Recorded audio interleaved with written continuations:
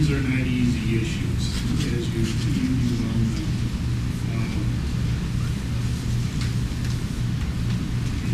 There's got to be a balance somewhere, and with what you're raising in your comments. At some point, the rights of one group may interfere with the rights of another group, and you alluded to that in your final remarks. I don't know where that break point is, to be honest with you. I am given a set of laws that I have to, and I think Mr. Clark even said that the judge's role is to enforce the law as it's written. And I believe that was his goal, as I recall it, that it isn't up to the court to be the legislature. It's up to the legislature to fashion the laws. As far as the sentence of judge in this court, again, I am going to sentence you to a 1-year conditional discharge, conditions being scattered for the trouble of the law for that 1-year period. $250 fine, $125 surcharge, due and payable on or before May 2nd, 2012. I will serve you with a summons with notice that if it's a willful failure to pay, it will be converted to a civil judgment. You do have a right to appeal on any of the decisions, the sentence or judgment of this court. In order to do that, you have to file a notice of appeal in duplicate with this court within 30 days. And then you would have to perfect your appeal at the county court level.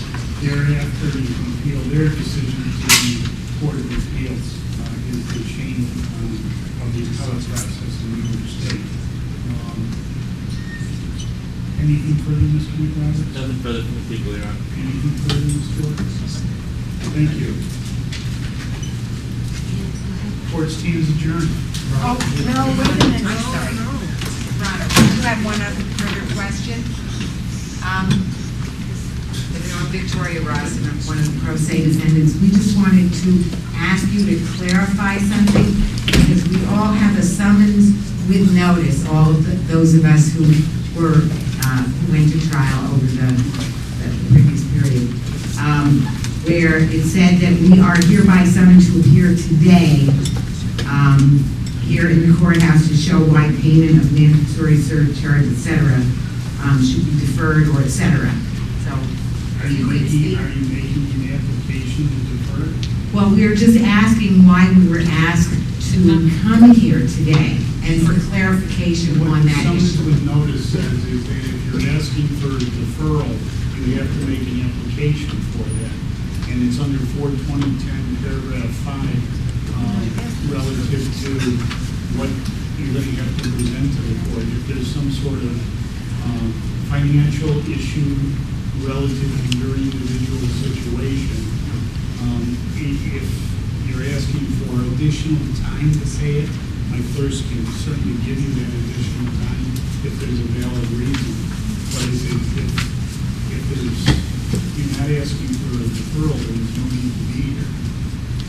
Your Honor, if I may, I'm Ryan Terrell, another pro se, and that's not what the plain English of the summons and notice says. It's please take notice that you should be prepared to present credible and verifiable information establishing the payment of the mandatory surcharge.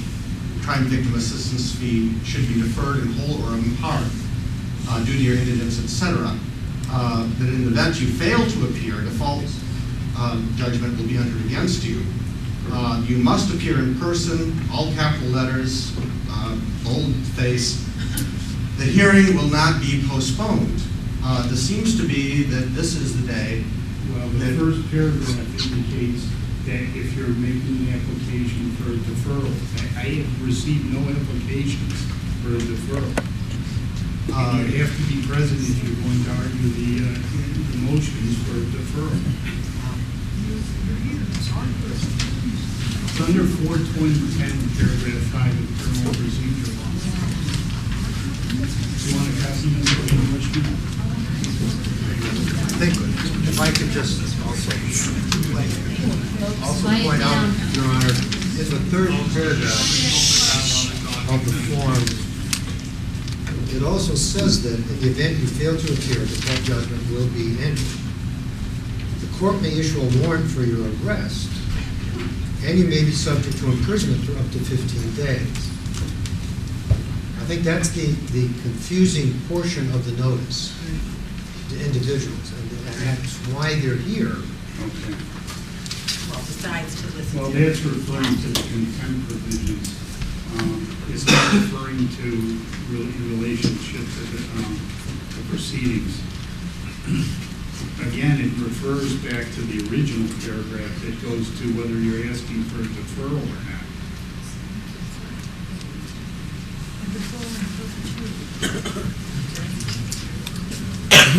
I'm just trying to point out that I think that's what was confusing. And that's why I was confused as far as why everybody was here, as far as unless we have no applications for a deferral. If there's a willful failure not to pay, it's going to convert to a civil judgment. Can you explain the mechanism of that and the timing of that? Again, it's all under 42010. I have that as well. And, Judge, may I speak for a moment? Ray Kramer, one of the pro se defendants. What I'm going to say doesn't apply to me specifically, but there are a number of people who are in the cadre of pro se defendants who have traveled some distance at some considerable expense in what we thought was response to your direct instruction to be here on the 29th to show that we have in fact complied with all the conditions of the sentence. Well, it doesn't, the summons with notice relates to the fine and surcharge, not to the community service. The community service, if it's not done, there would have to be a declaration of delinquency, either filed by the court or the people. And, okay, if we can take these one at a time. In the case of the community service then, if I had been assigned community service and chose not to do it, what is the process that should be followed? It'll be up to the court or the district attorney's office to file a declaration of delinquency with the court. And how would you know that such a delinquency had taken place? Because it's going to be filed, the declaration of delinquency stops the 1-year period while the proceeding is going on, and then the court makes a determination whether or not it's a criminal summons sent out to you or whether a warrant is issued. Okay, and in the case of the non-payment of the fine? It's all under 42010 and 435 on the 42035 on the mandatory state surcharge. If you're asking for a deferral, or if under paragraph 5, if you're making an application for a re-sentence on that portion of it, then there's a procedure here that the court has to follow, and the court can either adjust the terms of the payment, lower the amount of the fine, or well, it says it goes into things that don't apply here necessarily to everybody.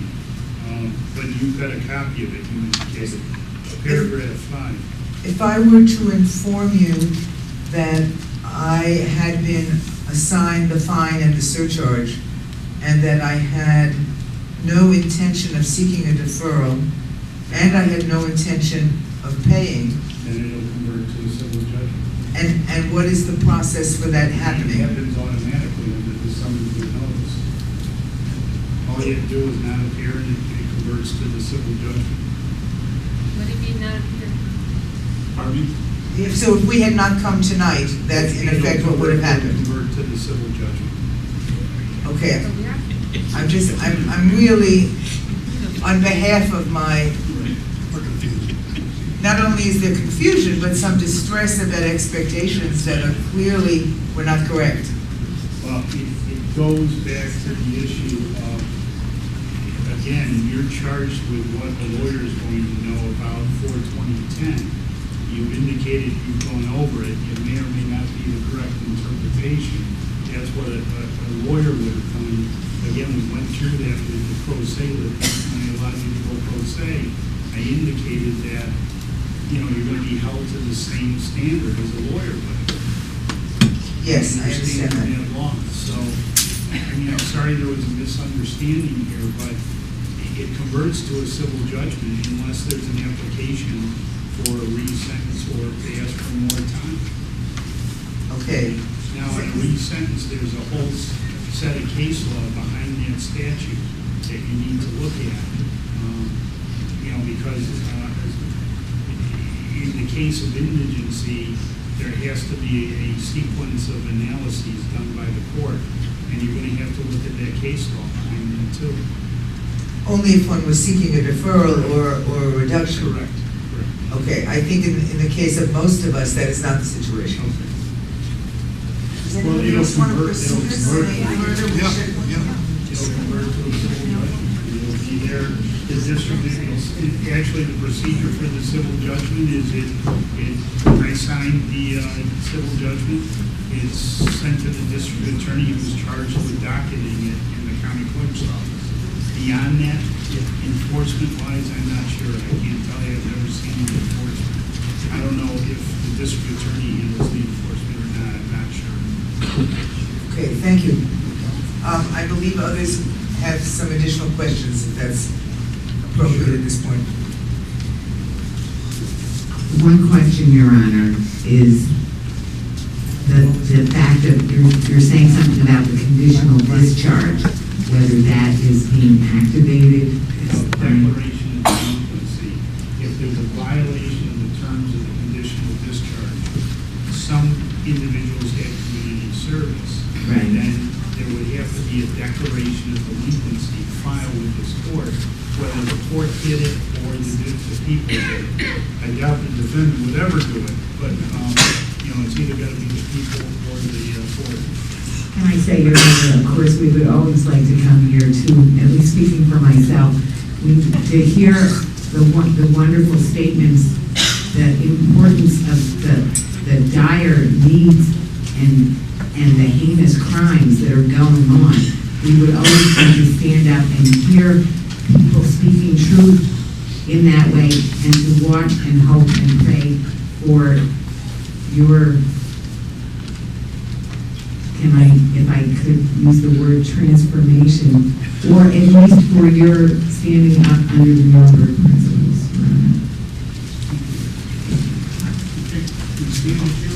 Wait, there's another question.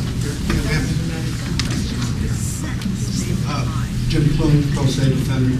I understand you had a bit of a discussion in front of the bench with Mr. Van Nostrand, and I couldn't hear at that point, but it had to do with alternative methods of payment of a fine. In terms of, you know, I'm very happy to send money to Afghanistan. I'll give the amount of the fine, but would there be a possibility? What Mr. Van Nostrand was raising is his interpretation under 42010 that I can direct the payment otherwise, okay? The problem is, I don't know what the case law says. I don't know if Mr. Van Nostrand looked at it. I know that when I have community service, a judge can't direct where the community service is on.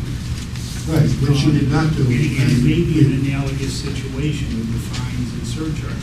Surcharge is a different matter. Surcharge is never waivable according to the state. Again, you're going to get into legal arguments with this. And I just was indicating to Mr. Van Nostrand, I don't know what the answer is there. Somebody's going to have to do the research. Okay, I understood that. Okay. Just briefly, Your Honor, I was given that piece of paper here in December. I was asked if I understood it. I read it. It said I should be here or I could be arrested. It would not be put off. It was commanded, demanded, in no uncertain terms on the paper to be here. Now, I know I'm not a lawyer. And if I were a lawyer, I might know when a threat is idle and when it is real. It's not a threat. You've got to read it in conjunction with the middle paragraph. But I'm often an inmate, and I see inmates who are in jail who are being railroaded by language. And I also want to say that you've talked a lot about the responsibility paying the costs for our actions. And I think one of the frustrating things about not being able to answer to this as we believe we were being summoned here to answer is that although many of us have not paid the fines, will not pay the fines, that we are not trying to evade responsibility. In fact, what we are trying to do is not buy our way out of our responsibility for our actions.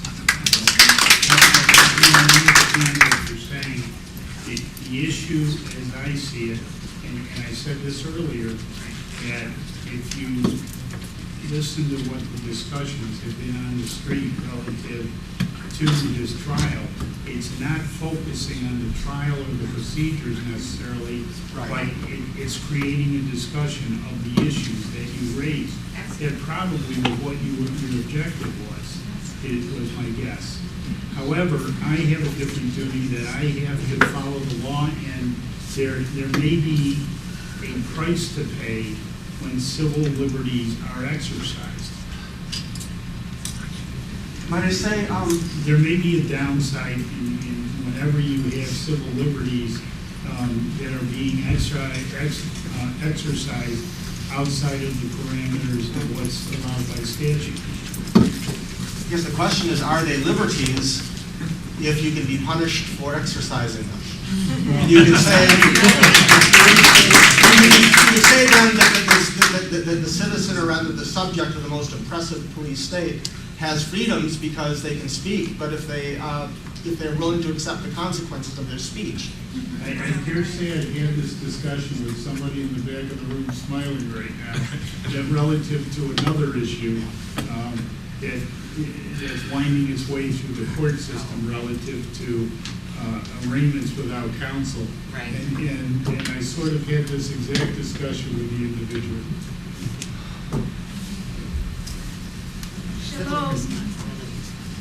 Okay, my issue is that I had to appear in court, and when we drove today, we passed accidents on Route 81 I've never seen the like of, where it looked as if a truck went down. I'm sure it's all over your television. And my issue with this is that I said in my sentencing statement that I would give to the Victims Fund. I was unable to find out how much it would be. I know in Washington, D.C., it's about $50. So I figured, all right, I'm going to pay my $125 surcharge, which I did. And it got sent back with your signature on it, that you either pay the whole thing or you pay nothing. We don't accept partial payments in this. Oh, all right. So I guess If I you will. need more time, I can give you more I time. don't need more time to say I will not pay the fine. And if you don't want to accept the check for $125, the money order which my lawyer has to give you tonight, and forget about it. I'm in for a dime, I'm in for a dollar.